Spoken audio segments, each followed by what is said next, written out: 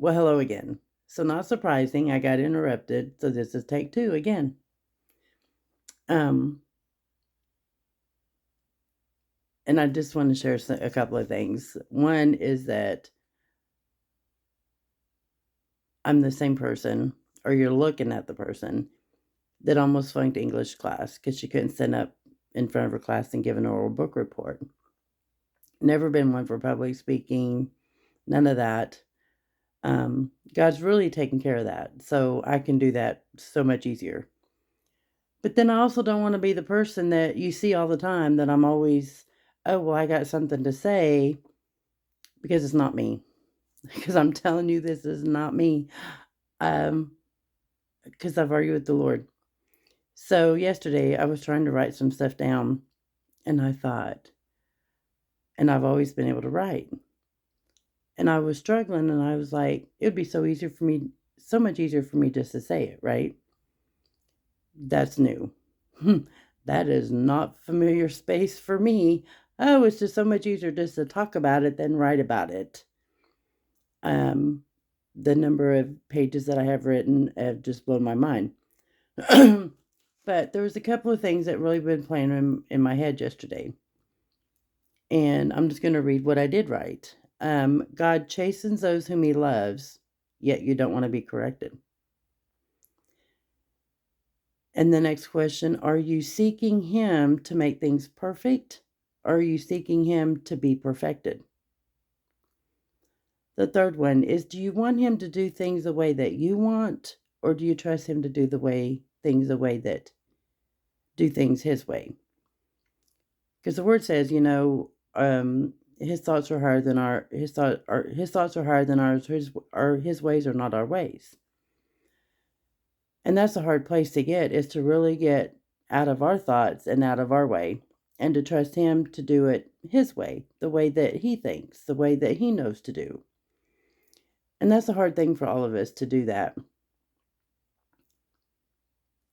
But in the end, the word also says to trust him with all of our heart, lean not to our understanding.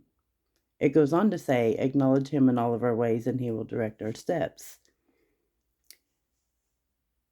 That's a hard thing to do, to trust him with everything. We've lived in such a way and been taught in such a way that we have to take care of all this stuff.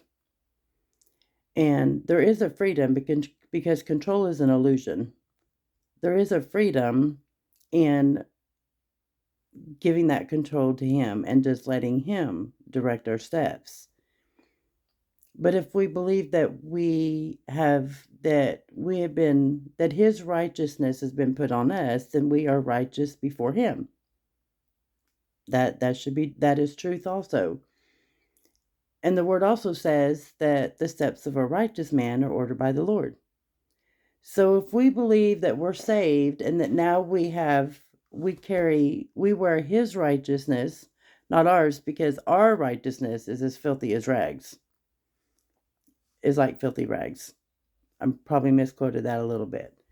Um, but his righteousness is perfect. So if we are a new creation and we are made in the image of God, and now we are saved, and we're to put on Christ, basically his righteousness, then our steps are ordered by the Lord. But we get caught up. We get caught up in old mindsets, old ways of thinking, old mind patterns. I even realized today, the Lord showed me today, that um, before I got married, um, I had said, God, I don't want to take care of finances. I don't want to do that. I give that up to you. Whoever you would put me with, let him do it. I'm tired of doing it. I'm ready to walk away from that. I release that to you. Well, that didn't happen because when I got married, my husband says, I make the money, you take care of the money. So I put back in the position of handling the finances. Well, what I've realized, and God has been teaching me, is that I was doing it the way I've always done it, the only way I knew how. Even though He has told me He finances my finances, I absolutely have got to a place that I trust that He will provide. I never know what that looks like, but I do trust and I believe that He will provide. He's faithful. And every time I even think back, I can think back at all the times, especially in the last several years when we've been so close and God came through. Every single time, just in the nick of time, or in the nick of my time. I say that, in the nick of my time. um, but then some things changed, and I realized I just put it somewhere else. So now I'm like, I trust you that you're my provider. I trust you. I trust you for provision. I believe that you will take care of, no matter what it looks like. I got that. Well, then I'm just kind of move that. And so instead of actually putting it in the numbers, dealing with the numbers and where everything goes, now I've been over here trying to figure out how to work all this other out to get there. So, lesson learned again.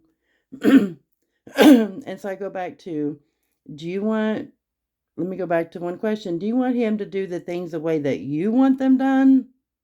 Or do you trust him to do things your way? In the end, I need to trust him to do it. So, another lesson learned. Um, I pray that this helps somebody because I know what he gives me is not just for me. It's not just for me. There's somebody else out there that needs that. So I pray that this helps someone. I don't know who. I don't even need to know who. I just believe that if it helped at least one, I'll done what I was called to do. Anyway, have a blessed day. See you probably sooner than I'd like.